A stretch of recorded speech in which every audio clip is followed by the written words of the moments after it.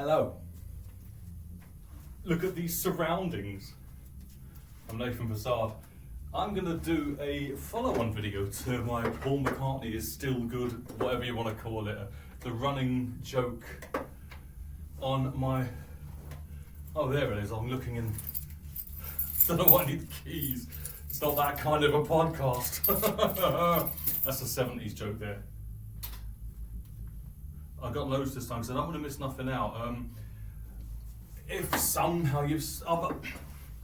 what is the point of me doing this while I'm doing this? I was at my friend Reese's gig the other day, and there's all these people there who are 20 years old and they wear like mod clothes, and they got girlfriends who look like George Harrison's wife, and they've all got beehives, and they're all... And it's like, I'm just there, and they have no idea who... Like, I don't know how it's not that I haven't become world famous. Like, it's like I can't even get a gig in Deptford or like in a local pub. I've got to wait. It's that level. Or even people doing this niche, weird kind of stuff. To them, it's like I'm sitting amongst them thinking, how have you not got Nathan Prasad in Colour? You would love it, Nathan Prasad in Colour, or one of my albums, or whatever it is. And then when I started, me and Spencer and Adam Smith and Mark and Tim and people and our age, my friend Andrew too, but I'm talking people born in the late 70s and early 80s. When we started, we had people telling us, how can you like all this mop top Mersey beat? You weren't even born yet, and it felt great. And now there are people who weren't even born then who are doing that. And I went to see them on Thursday, a place called Helen of Troy. These promoters, they're called Foot Through the Door. Really, really, really nice guys. Their band were absolutely amazing. You close your eyes and you are listening to the Rolling Stones Regent Sound demos. I mean, real niche stuff, right? And they look like the Animals on their first album. But it was absolutely brilliant. But it's weird, and I do think, how do they... But obviously, my mate, or Tom was there, and like my mate George, who's a recent friend of mine, and Reese, like they know who I am, so it shouldn't matter. And same with Holly, as long as I have Andrew, and you're going to meet Andrew very soon. Chris McGrail as well. I mean, Chris McGrail, add him to that list of people my age who are into this kind of stuff. And bit of water. So why am I doing this? It's like, I'm convinced myself that I have something worthwhile. I'm like a fan of, because I don't think of it as me. Like, I can't even talk to someone on a bus, or people, if my neighbour gives me jip, or strangers. They say stuff about, like, I've got big glasses on, or whatever it is. And I think I would never, ever... My brain doesn't think to talk to people like that. Me and my sister were talking about this thing they called banter, where they're interviewing Status Quo. And they're slagging Queen off because they love them, but the only way they can do it is by slagging them off. Like the famous one is Live Aid. He goes, yeah, they were good that day, weren't they? I can't remember if it's Francis or Rick says it, and then the other one says, yeah, but only that day. You know what I mean? And this whole banter thing, and so the point I make is that I don't think of myself as in, I don't force my music on people or go, you must give me a gig. Like I can name people think I do. Absolute best friends of mine. One even said to me last week that I do. I do not do that. As you can look at the number of views this video has right now, and you will see that I do not do that. But I make this kind of music because I'm really into this kind of music. And I listen to this guy's albums, and I watch this guy's series. It's like Larry David in Curb Your Enthusiasm. I'm not comparing myself to him. I'm saying it's like he plays a character called Larry David because he wishes he was like that in real life, and the CV Larry. That's what I wish I was in the series. And I think it's just interesting. Does this guy, and friends of mine do ask me, so what do you think of the new Beatle album, or why did you say Paul McCartney used to be good, or whatever? And they're like I say, I'm the only half Indo-Caribbean, which is rare enough, half that, half white, and has autism, and that there is no one. I'm the only one ever, and I just think I have an interesting. So I make this channel. I've taken my shoe off. I hope it's over there. Someone maybe someone from that scene might hear about this guy and think, how did I? Well, I mean, I never heard about the Kaisers, and every day I go, how on earth did I just have no idea who the Kaisers were? They are exactly my sort of thing. The whole 90s passed me by, and I know who it was thanks to Tom Wing, who I know who they are now, and I've met them. I've played on the same bill as, and Johnny from the Kaisers said really complimentary things about my drumming. That was, oh my god, that was a compliment and then some. It really was. For him to say that, like, you're Johnny from the Kaisers, and you think that of me doing that, and it's amazing. I think we used his kit. Did we bring our kit? Oh, well, I can't remember. That was one of the shows that wasn't videoed, but what point am I making? I just think that I'm leaving some kind of evidence of what I do, so that there's so many people I like Arthur Lee, the original lineup of Love, and it's a famous thing how, I don't know how, but there is no footage of them. There's none. I mean, there's a little bit now, here and there, but there could be. If you think that of the Doors and the Byrds, who were around at the same time on the same circuit, there is tons of footage of the Byrds and the Doors, and none of Love. It was just weird. And I'm just leaving footage behind. If someone might see it, and they might wonder why I keep saying Paul McCartney when he was still good.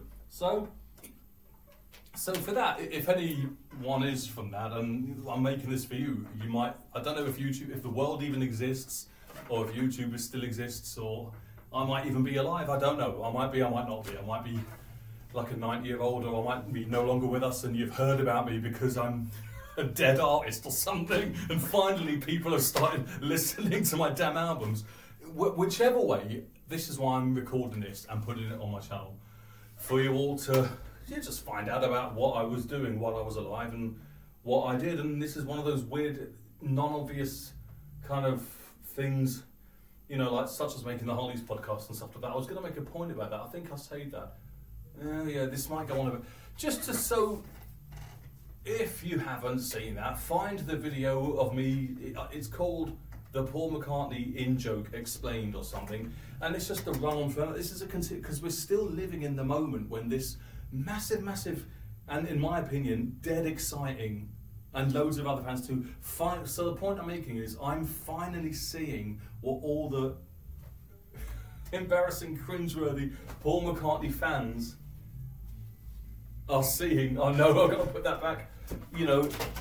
Crap, I've knocked it over. And I'm caught up in it myself, and I'm dead excited about this Dungeon Lane thing. And when that song came out, one thing I forgot to say in the last video is it seemed a very long time to release a single. It wasn't a single. Let's call it a single in quote marks.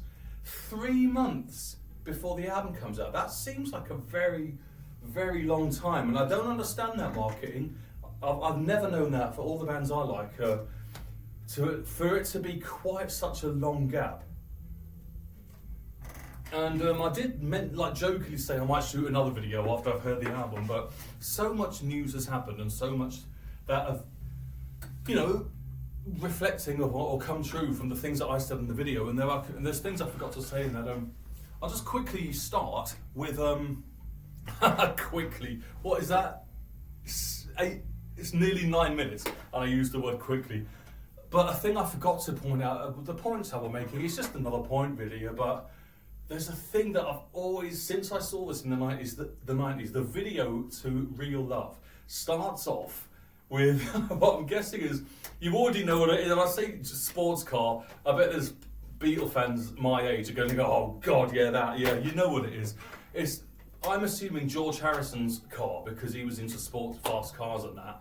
And it pulls up, it's all slow, it's all moody, and wow, what's this? There's all birds chirping, there's all natural stuff. And then the doors open like that, and the three surviving Beatles get out, and you got George, I can't remember what order, but I mean Ringo, and then Paul, and you think this would be so great. And they want to do this cool thing where they walk all slowly to the door and then go in. And I bet the director told them, okay Beatles, open the door. Don't say a word, just don't look at the camera and just walk, and the camera will follow you, and you go into the studio. And I bet they all went, George went, right, yep, got it. Ringo went, right, yep, got it. poor, tacky, annoying, embarrassing uncle, cringeworthy Paul McCartney went, "Oh yeah, I got it. I know what you mean. Hey, nice motor. Shall we make a record? Let's make a record. Woo, make a record. Let's do a record. Let's make a record. Woo, let's make a record. Make a record. And it's like, Paul, shut the F up. Just do what you were told. Why do you have to be like this? John was never like that. George was never like that. Pete wasn't.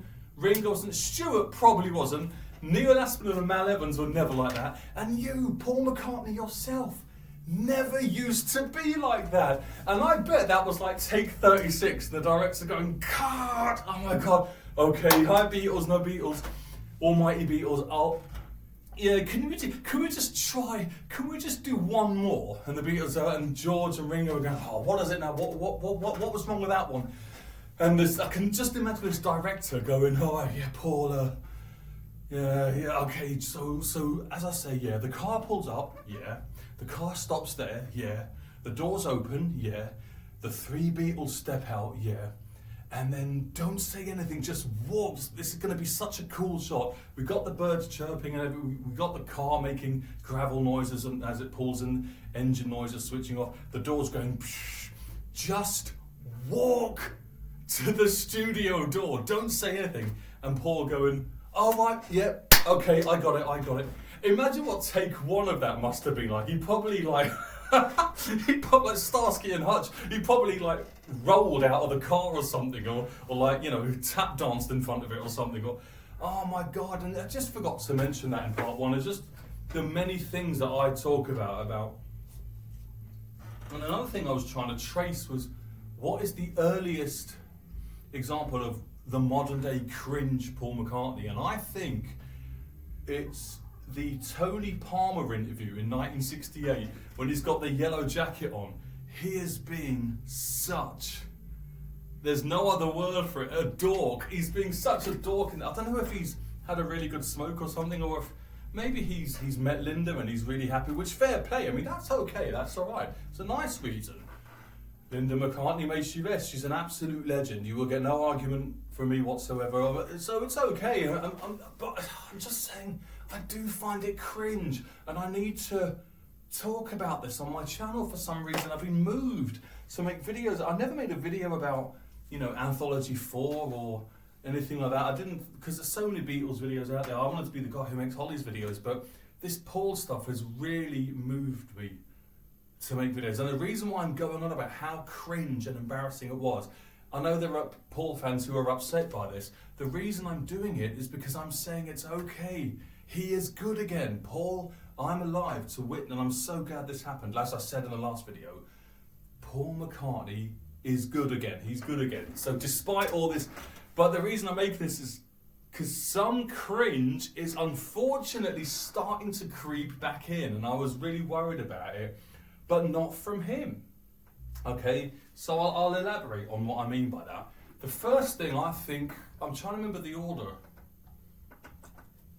of what was announced. Now, was the listening party announced before the Paul and Ringo duet? I think it was. I think the listening party was first. And again, it's this whole modern, it will never, ever be Abbey Road. It will always be EMI Studios to me. You know, you don't call it Let It Be Studios or, you know, Revolver Studios. I know that it's the name of the road, and it wasn't named after the album, but well, what they now call Abbey Road Studios, and all these people going across the zebra crossing and that, and writing graffiti, that is tacky as hell. Let's talk about graffiti. That is disrespectful and tacky as hell. That is a listed building. It's like people did it on Freddie Mercury's house. I think Mary Austin finally had to say something, say, look, Freddie Mercury this looks disgusting. But she never said that, I thought this. It's like Freddie Mercury was a man of... I'm laughing at his face because he is hilarious.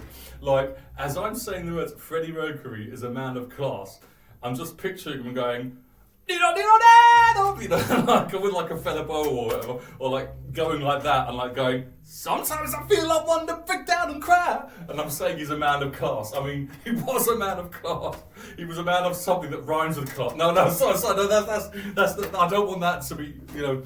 It's but yeah, he was, and he a man of refined taste and stuff, and just having graffiti all over his house. No matter how much of a fan you are, no matter, there's people with tears down their face when he died, and people still get upset about it. Yet even those people think it's alright to go and cause criminal damage. I'm sorry, that's criminal damage on his house. You're defacing Freddie Mercury's house. It's like, that's disgusting. Shame on you for that, for doing that. You know what I mean? And I'm glad that that stopped. And I think Mary Austin actually had to go and say something, like make some kind of announcement. And you fans, hats off to you, fair play, you did stop doing that. I'm glad you stopped doing that. On Freddie Mercury's home, man. You don't graffiti, so leave flowers or whatever, but no graffiti, man. That's disrespectful. So yeah, and it was a band that you weren't allowed like tape recorders or phones or nothing. So the only thing I know about what happened in this, what was it called again? Listening party. Was what other YouTubers making videos about it and saying they tried to write things down and remember things. And that's when I started to think, okay, is Paul, please don't be cringe, please, Paul McCartney, you're good again. Don't muck it up. Don't go, should make a record. Don't get glasses out and go, hey, I'm doing glasses like I used to. Remember when I used to? Don't do that. Don't be a Paul McCartney, hey, I'm going to take my shoes off. You know, just do it, you know. And so one of the things I heard from a few channels that apparently, and this is the thing, it's what I said in the last bit about, well, if I ever got to meet this guy, the stuff I would ask him, and not just the same stuff over and over again. Some idiot, one of the questions was, and this is when I thought, it's back, bring on the cringe is back, and that is it difficult to make an album when you play all the instruments? I think you're asking. I've made 14. I've made more than Paul McCartney. He's only made a few when he plays all the instruments and doesn't have a. I've made 14. It's not difficult at all. You know, what's her name? Debbie Gibson did that, and either Simon Cowell or Pete Waterman was being interviewed about her, and they said it's not really that big a deal. Loads of people have, you know, you play all the instruments. So what? It's just what you do. Prince did it for demos. I mean, loads of people do that. You know, Jeff Lynne's done it. You know, and Brian Wilson. Maybe not all the instruments, but things like Beach Boys Love You and that, which were like demos that he did overdubbing on. And it's not a difficult thing. It's a normal thing to do. It's pretty standard. Eddie Cochran did it. Most of his stuff, probably all of it. Well, no, some of it's got orchestra on it, but yeah. And then apparently, and again, there's no evidence of it, but according to these YouTubers I saw, Paul McCartney answered, so said, is it difficult? And he goes, yeah, unless you're me. I thought, oh no, I really hope that is not true. And then all the audience said, oh, that Sir Paul, you're so wonderful. And it's like, there were 4 in that band. And it's just become about Paul yet again, and Sir this and Sir that, and people just being so... Is it cloying? What's that? I couldn't remember the word. Like, is it sycophantic? Is it just sucking up? It's like, be real, man. It's like, yeah, just stuff like that. And but I don't know. I mean, again, no one was able to record it, so that's just what we have of people who went to this listening party thing, and it looks like a showbizy kind of thing. From there was another one that was videoed, an American one, and it looks like all these celebrities or models in the audience there, people who didn't look like real people to me, and that was okay, that one. It just showed Paul McCartney kind of nodding, like he's like put like the song, and there's just him going, and like I actually didn't mind that could be seen as self kind of, but no, because I did it when we listened to a playback of my albums, you know, or everyone does that, and I like that, the fact that he's just listening to it. And you do have the guy who was with him was going, and going, and going, and that got a bit. So this is what I'm saying, it's the other people who are cringe. It's not Paul, it's the people asking him the questions, the people producing the albums, the people pressing all the, I wasn't going to say this today, but the 100 variants of coloured vinyls, and I am going to get onto that. I do have an opinion on that. So the next thing that came out was the Ringo Starr duet, and I thought, okay, so another song is going to come out. Is Paul McCartney still good? Answer, yes he is. It was brilliant. I loved it. I really, really, really loved it. Him and Ringo singing a line each, and whatever people can say, it's not me who made this up, but the ironic thing is Ringo now has a better voice than Paul. I mean, a lot of people are saying that. I loved it, right? And now we have a group of three mates. Well, I've got loads of these different groups all dotted around, but like one particular group, and all three of us are the same age, and we message each other and that, and we're all diehard fans. And basically, two of us go talk about all the cringe stuff that Paul does, and the third one keeps saying, "No, guys, stop saying it. Paul is a treasure. Stop calling him cringe. Stop." And he's the one who keeps telling us to stop calling him cringe. Now he hated the song. He goes, "No, for once, I disagree with you. This not for once, but." And I was saying, "No, the new song's come out. It's brilliant." Because I was building up. I made my last video, right? And I was wondering, well, is this next? Is it just a one-off? And you can see that video how I loved that song.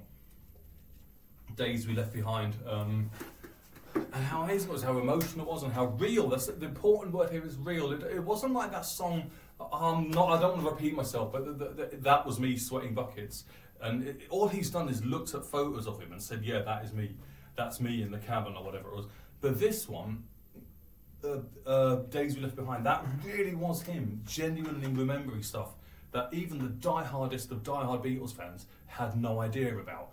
Like I say, I didn't even know Dungeon Lane. I mean, obviously he mentioned it in the song, but no, I'm repeating myself. I'm doing what I'm accusing Paul McCartney of. Stop repeating myself. All of this was said in part 1 of this video, which is on my channel. I loved the song, right? So, and I love that there are these harmonies on it. Now, was this Chrissie Hynde? I think it's Chrissie Hynde, isn't it? And that the really ghostly kind of thing, and it suits it well. Now, one thing I noticed that Paul McCartney now has a co-writer. It's like, when did this happen? It's co-written by, and I don't know who this name is. I mean, fans know who he is, and I think he was the guy who was with him in the American listening party, sort of nodding along and stuff. I don't know who this guy is. I heard Egypt Station once, but that to me means about as much. I don't need to. That's not me. That's not me. No, that's not. I'm not. That's not what I'm about. That sort of thing. But apparently, maybe he collaborated with him on that album or something. Whoever he was. Well, the two of them came up with, in my opinion, a brilliant song, and most other people's too. Now, the guy who disagreed, like the friend of mine who loves Paul McCartney, who tells us to stop slagging him off, but who for some reason hated this song, he said something to me, and I'm going to warn you now, because no one else has said this. And when you hear this, you're going to go, "Oh my God." So he goes, "Nothing could be finer than to be in Carolina in the morning." Like, oh my God, it is that. It is literally, they have ripped that, they have stolen that for this song. It is basically that. Like, it is. It's like, yeah, you're right, it is that. You know, the two notes thing going on, no, it is that, isn't it? And that was one of the, but you know, we laugh about it now, we're really good mates, and I think he's, and I did call him up and I said, "Well, you're slagging it off, but like well, I think one of the things he said was, it sounds like Cannon and Ball." I said, "Wait, I love Cannon and Ball." And then he went, "Oh yeah, so do I." So he was, you know, we have a lot of fun. We have a lot of fun. Do Scousers say that? I've only ever heard Cilla Black and Ringo say Laura. Maybe George. Ringo goes, he got, what on earth is that? Ringo goes, he got no cows, but he sure got a whole Laura sheep. He says Laura, doesn't it? Him and Cilla Black. I mean, they are friends, you know, maybe they came up with the language together. I'll have to ask other Scousers or listen out for that if they say that. Laura. They don't say Gora, like I've gotta go, do they? They just say Laura. I can't think what other words have two T's in them. O, two T's and an A. Otters, you know, at the zoo. Do they call them oras? I don't know why that's ER, so I honestly don't know. I love the song, Paul and Ringo sing the duet, and those harmonies on it were great. Oh, and the chord at the end, that was it. It's got the da, and then instead of going da, it just resolves on da. I didn't bring a guitar with me to demonstrate, but it has the chord on Chain Reaction and Run to Me by Bee Gees and Baby Love by the Supremes. You know, that thing, that going down 2 frets and then going down an extra fret. I call them frets. I don't know what a tone is and what a semitone is and what a half tone is. I don't know what a step is.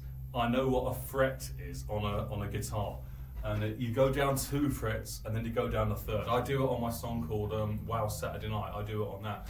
It's one of my absolute favourite changes, chord changes, and it has it. This song even ends with that, and it reminds me of something like From Me to You or something, which I haven't done this song for. In my series, I'm probably still going to do it. I was going to do a thing about From Me to You and about how it's such a short song and then there's like a surprise at the end. Well, this was like that. This is as good as that. You're listening to this thing and you think, oh, I've got it, I've heard it, I've got the idea. And then just at the end, there's that little surprise when it does that. I think it goes, let's say it's in C, it's probably not. But in C, you would then go down to B flat, but the same melody. And then where you would go to like A, but except it doesn't. But I'm not explaining it very well, but I'm just telling you it was brilliant. It really was. So that song came out. I thought, okay, great. We go. It's 2 for 2. It's 2 for 2. The album comes out in less than a week, and I can't wait to hear it. Like I wasn't gonna make another video. Maybe I was gonna hear the album and then give you my verdicts, or maybe do a comment in there on the original video. But no, I was moved to make them because a lot has happened. I've actually got some notes this time just in case, because I don't want to miss anything out. And I've only got this place for another half hour. Roger Daltrey, half hour. So I'll get, oh God, the 1993 band, the Car Scene and Real Love, the Ringo duet. The earliest example of the cringe Paul McCartney was, as I say, the 1968 Tony Palmer interview when he's being just really sort of dorkish. But the latest example, before he got good again, like I think I've already said about Paul and Ringo, when they turned 80, their interviews got more entertaining. Well, before that, as late as 1993, there is a really good Paul McCartney interview where he's in a trailer, like he's on his tour, his world tour, his American tour, which is called, I can't remember that, The World Below Us, or I can't remember what it's called now, and I had it on VHS, and it's the Off the Ground album, and it is the absolute height of cringe. And as I say, Blair, Linda, Hamish, and Robbie and Wicks alone, they're highly credible people, but just something about that band is corny, cheesy, tacky, cringy to the max. And that tour, I mean, was the Get Back tour worse? That was probably worse. But this was pretty close, and it's the height of cringe mania. Yet he does this brilliant interview because he's wearing some John Lennon sunglasses, and something happens to Paul McCartney. He puts these glasses on, and either he gets possessed or John Lennon himself sort of possesses Paul McCartney, and he comes out with ad-libs. He does like John voices. He's like not repeating stuff. Well, I wrote Yesterday in a Dream, or I wrote Let It Be, and then it changed it to Mother Mary because it's my mother's name, and all that stuff. And we had a bad time, business deal, so I wrote You Never Give Me Your Money. And no, it was just, and I've seen it once. I've never been able to find it since. It's probably dead easy. You can get Paul stuff, but it's an interview of him in a trailer on that tour. The World Tonight? No, not The World Tonight. In the World. Is it Paul McCartney in the World? Whatever it's called. That tour. So that is a really, really late example of. So he didn't ever stop being stop being credible and become cringe. There were some overlaps. It's great. There's another one, like, is it 1990 or something, where he's being interviewed in Cavendish Avenue in his home, and it's getting deep, and the interview's talking to her, and then Linda McCartney appears at the top of the stairs and goes, I think he's had enough now or something. Paul is getting deep. This is another brilliant interview. It might be the South Bank thing, South Park. And I was really getting deep in this interview, and then it's like, Linda senses maybe it's touching a nerve or whatever, and that does remind me that there's one of him going, I'm telling you, this stuff is less harmful than rum punch and glue and whiskey, all of which are perfectly legal. I love it when he's just himself. It's just him, and people like mock that. People call that cringe or accidental Alan Partridge or whatever. But no, that was him being real. That was him just, and I loved it when he was like that.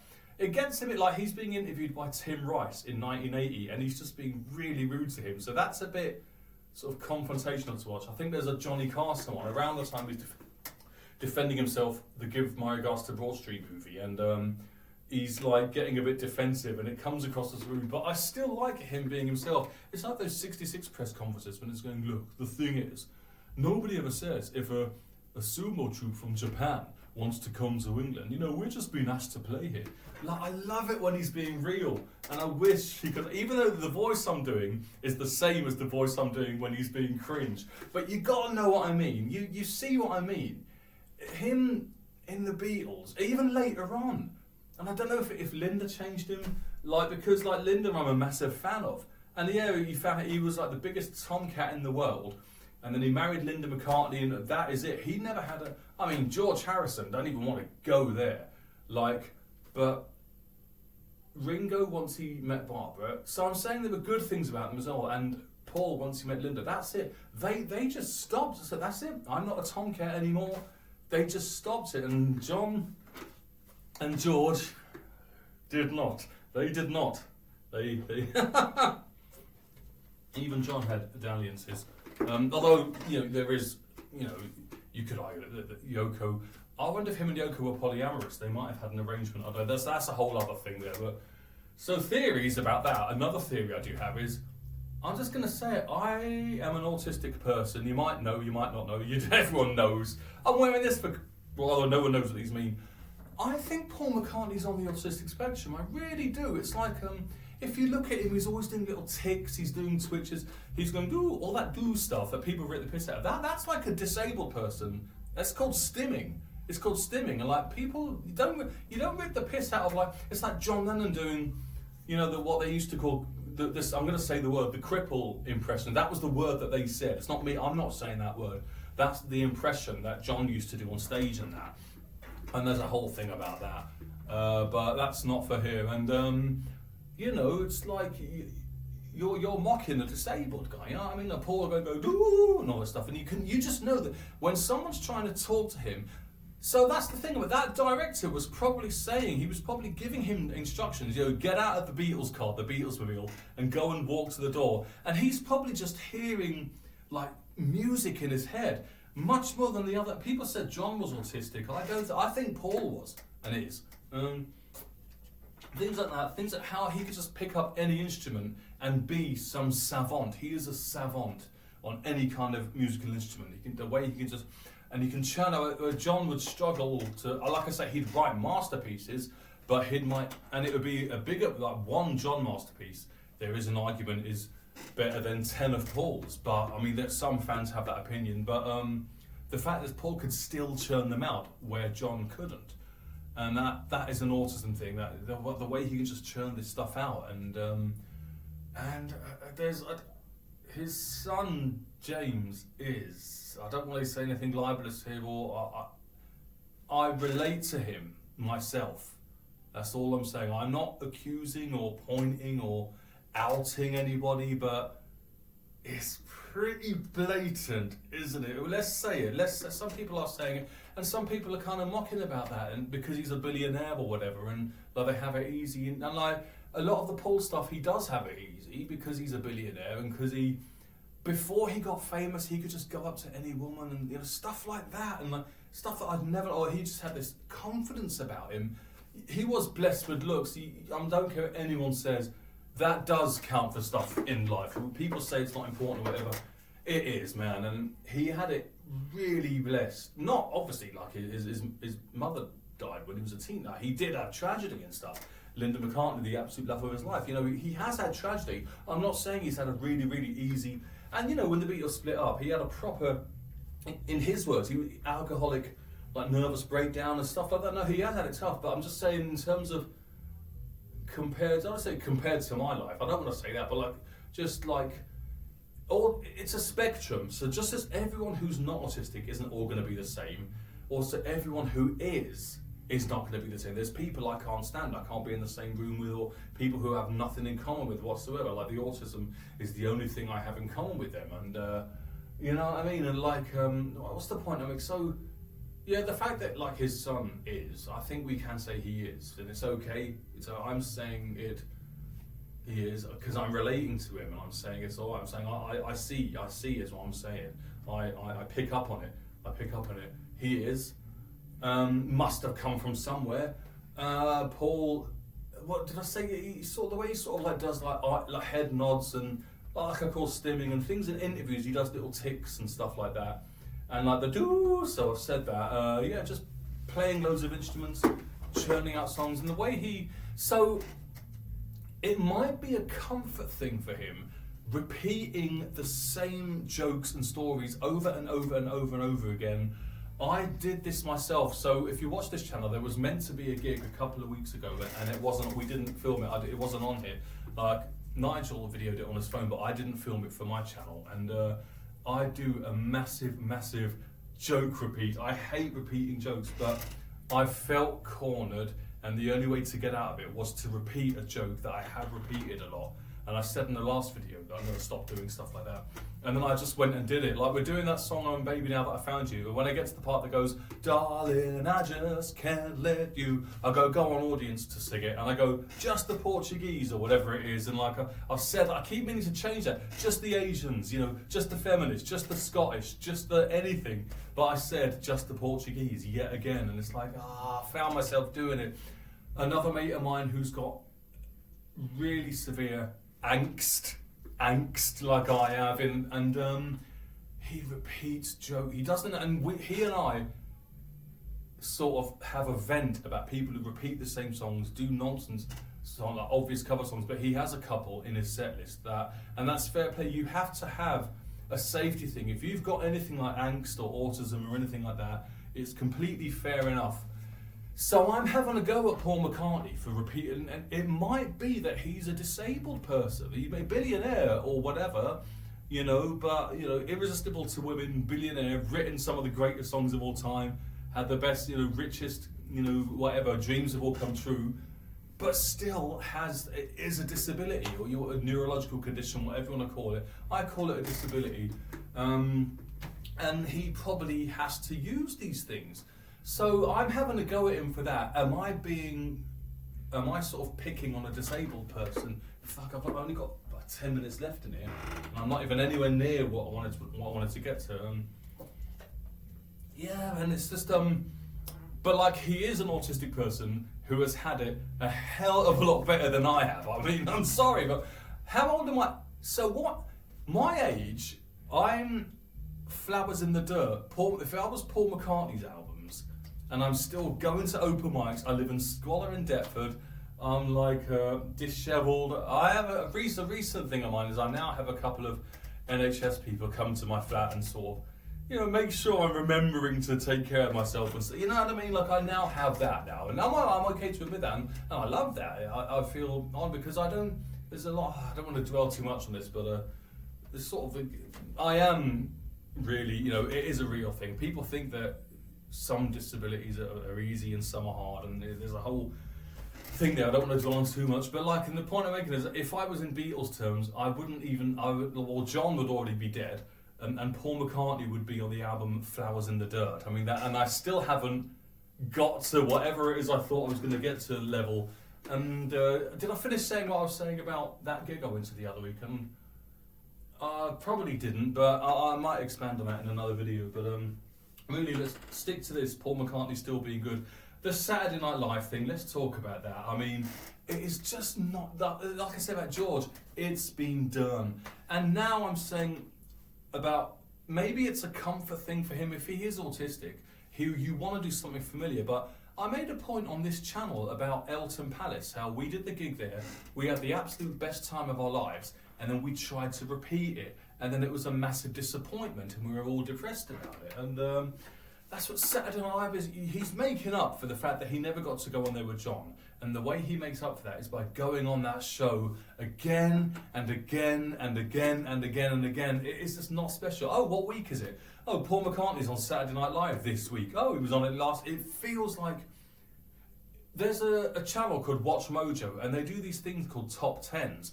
Paul McCartney has been on Saturday Night Live so many times that Watch Mojo even have a top 10 video of his appearances. It's just not special. It's not anymore. And James Corden is all disgraced and stuff, and like he went on his show and stuff, and it's just they had the Will Ferrell thing. It's like South Park.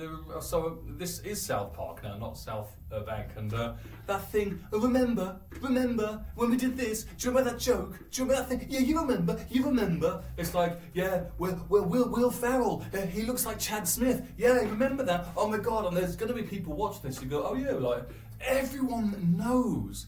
It's like people doing like Summertime at an open mic, or bands doing Bad Moon Rising. It's like stuff, obvious stuff. One of my best friends in the world has this memory of me saying, is the Pope Catholic? And it's like, I don't say that. You've seen my channel. That's not I do my own thing. Like, I don't do obvious jokes. I don't do obvious cover songs. Some of them I do like, and I know that I'm doing them, and I announce them as, yeah, sometimes I feel like things like I love Daydream Believer, I love Hi Ho Silver Lining because it's Jeff Beck, it's sort of alright to like that. It's like I've declared Paul McCartney is good again. I've also declared it's okay to like Daydream Believer, Bad Moon Rising. Sweet Caroline, me and Tom disagree on. I love Sweet Caroline. I hate people going so good. Like, I'm a believer. I hate that Vic Reeves. Bob Mortimer is the funny one. That's all I'm saying about that. And like, I don't say that. So the whole thing about, and like Paul himself, I watched it and he was quite funny because he is, I consider the worst actor in the Beatles. In Hard Day's Night, his scenes got cut out of Help because he was such a bad actor. Like, the other three had this natural ability to him, and Paul just could not act. Again, it could be the autism thing, or he's trying too hard, or he's going, hey, nice motor, should make a record. He's not being himself, he's not letting himself be, and that could be an autism thing, that he has to escape into this fantasy or whatever. He gets all nervous and he gets self-aware, and he has to project and all this kind of thing. So despite being the worst actor in the Beatles, he's had a lot of time to like practice, and he was great. I thought he was brilliant. The mechanic thing, and the comedy sketches, and what's his name? And actually, he proved my point. Will Ferrell mentioned the song "Good Night Tonight," which is like an obscure Wings thing, and all the Beatles podcasters went, "Oh, he said Good Night Tonight," and Paul didn't even flinch. That's exactly the point I made in the last video. It's like, you can't say something obscure to him because he's such a famous person that even Good Night Tonight, Paul just goes, he doesn't go, oh, you know that, do you? You know what I mean? Like, so that was something I noticed. The songs, so the vocal, I love Paul, if you think I'm slagging the guy off, I love Paul McCartney's vocal. I do not have a single problem with it. I have no problem whatsoever with Paul McCartney's voice as he is now. What I do have a problem with is people saying, people who are different. So it's going to be tricky because I'm defending him, but I'm having a go at people who defend him. The argument they use is, what do you expect for an 83-year-old or an 84-year-old? It goes, it's nature. No one in their 80s can sing well, and like, leave him alone. And I agree. Well, I'm saying I agree with like, leave him alone. I don't mind about his voice being groggy, but what I disagree with is, because people only know Paul McCartney, they don't know loads of other stuff, like what Graham Nash, Marty Wilde, Peter Straker, Tom Jones, as far as I'm aware, Colin Blunstone, though he might not be 80 yet, he might still only be in his 70s. I think Roger Daltrey sometimes, he has throat problems sometimes, but sometimes can, they can all still sing really well. Who have I missed out? I've written some down. Did I say Peter Straker? Did I say Graham Nash? Tony Hicks, he didn't sing a lot, but when he still has a high voice when he does sing with Hollies. Yeah, they're all in their 80s or nearly there, and they're all brilliant singers. You can be someone in your 80s and still sound brilliant. Okay, it is possible. I'm sorry, and that's not to put Paul down, but an interesting thing I found, he did two songs. He did Band on the Run and Days We Left Behind, and I thought Band on the Run would have been groggy to the max. Oh, they did show a close-up. This is none of the Beatles podcasters pointed this out. None of the ones I saw. That they had a close-up of a disgraced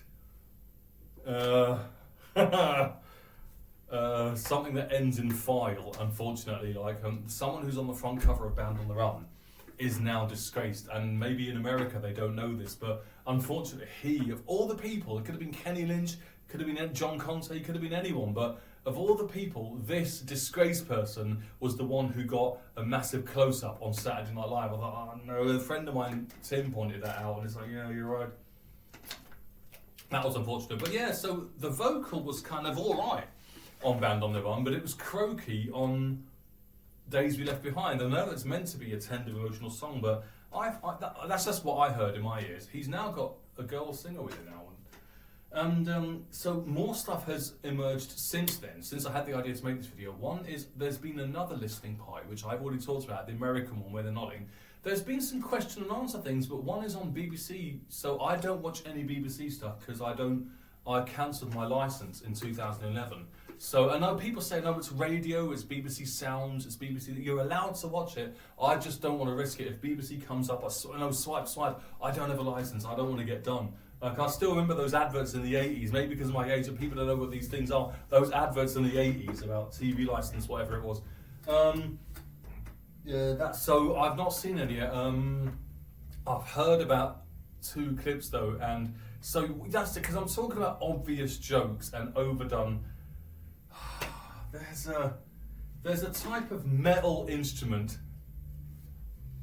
A bovine wears one around her neck. I don't even want to say it. And people are doing, you know, the people who shout out "Free Bird." I dread it. If I'm making one of my videos to my channel and someone shouts that out and it makes me be something that's really, really obvious, I'm gonna just absolutely die. And I'm gonna more cowbell. I'm sorry, I'm saying it. I hate that joke. And this amp goes up to 11, all that stuff, then great gig in the sky, you know, when people die. Like, I believe in reincarnation. They're going to say about me when I did that I hate jam sessions, and I hate gigs, and I don't believe in heaven. I believe in reincarnation. Hindus, look at my surname. We believe in reincarnation, so don't be saying passed away, don't be saying great big gig in the sky. Like, that's my idea of hell. I hate jams, and I hate them. And yeah, and it's got, I've not watched it because apparently Will Ferrell, he even does them, and it's like, hey, remember this? Remember More Cowbell? I used to go More Cowbell, and I think they're doing Drive My Car or Help or something. Or for some reason they're doing it on Help. You would think they do it on Drive My Car. I don't know because I don't want to watch it. Again, this is not Paul McCartney, this is the people around him are being cringe. He himself is alright. The album is a few days away from coming out. I am so excited about it. I cannot wait to hear it. Yeah, there have been hundreds and hundreds of formats, you know, of coloured vinyl and stuff, and I don't like that. I'm one of the many YouTubers who don't like that. There's a German guy called Kongerman. I quite like his videos. He does videos about sort of foreign pressings and stuff like that. And he made a video that I didn't really because I watched it in a hurry and then I came out to film this. But he said, well, stop complaining about the many formats because in my country, it's okay for you in your country. In my country, we don't have those, and we want to buy all of them. I just think I'm a small artist, and look, I'm this big on the screen. Look, I'm that big. I'm a small artist. You're watching me on a phone screen, but no.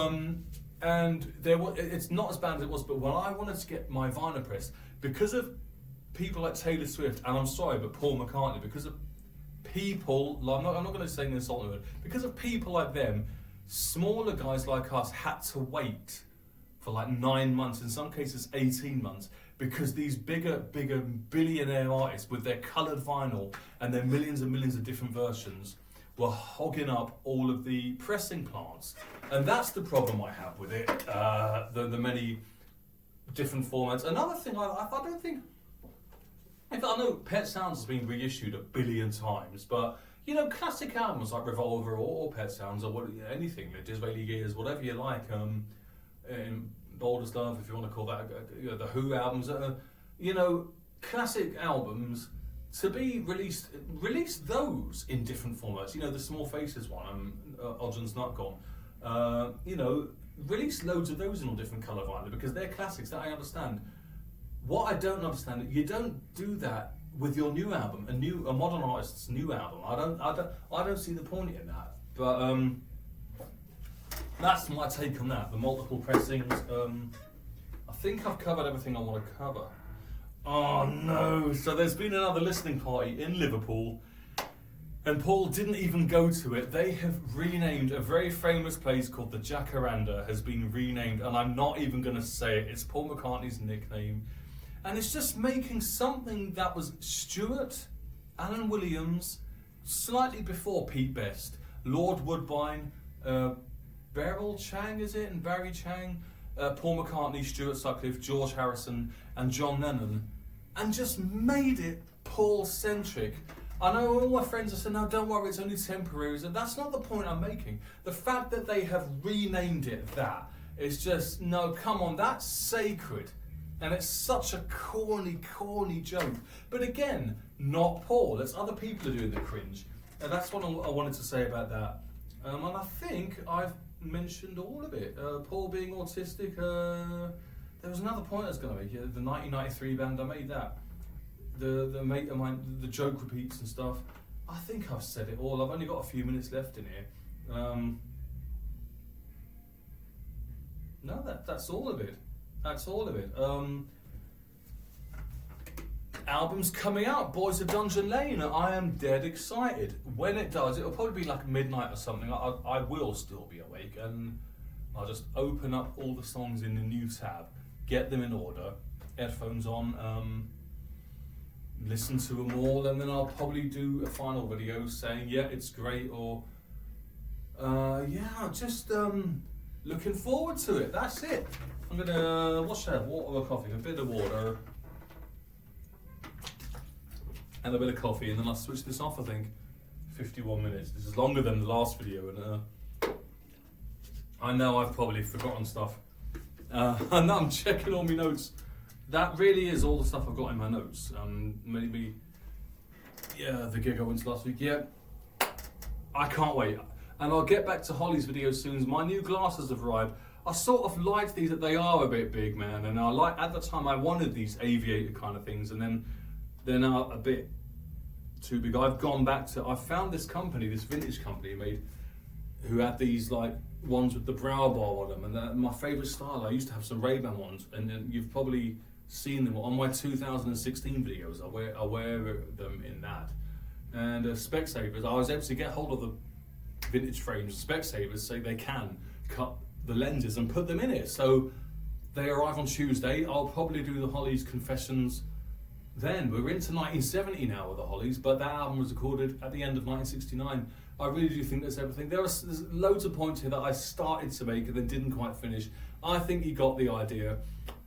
A bunch of cringe, but strangely, it's not Paul doing the cringe. I get it, people are excited, I am too. I just wish there's a way that you could do it without being tacky.